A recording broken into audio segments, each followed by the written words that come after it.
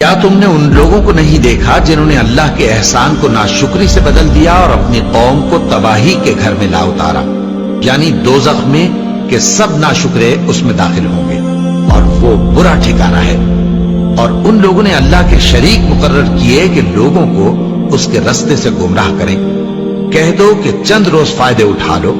آخر کار تم کو دوزخ کی طرف لوٹ کر جانا ہے۔ اے پیغمبر، میرے مومن بندوں سے کہہ دو کہ نماز پڑھا کریں،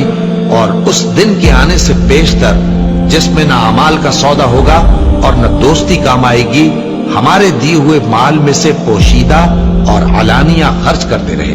اللہ ہی تو ہے جس نے آسمانوں اور زمین کو پیدا کیا اور آسمان سے مے برسایا،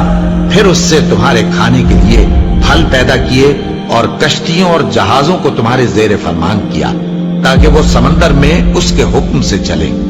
اور نہروں کو بھی تمہارے زیر فرمان کیا، اور سورج اور چاند کو تمہارے لیے کام میں لگا دیا کہ دونوں دن رات ایک ڈگر پر چل رہے ہیں، اور رات اور دن کو بھی تمہاری خاطر کام میں لگا دیا،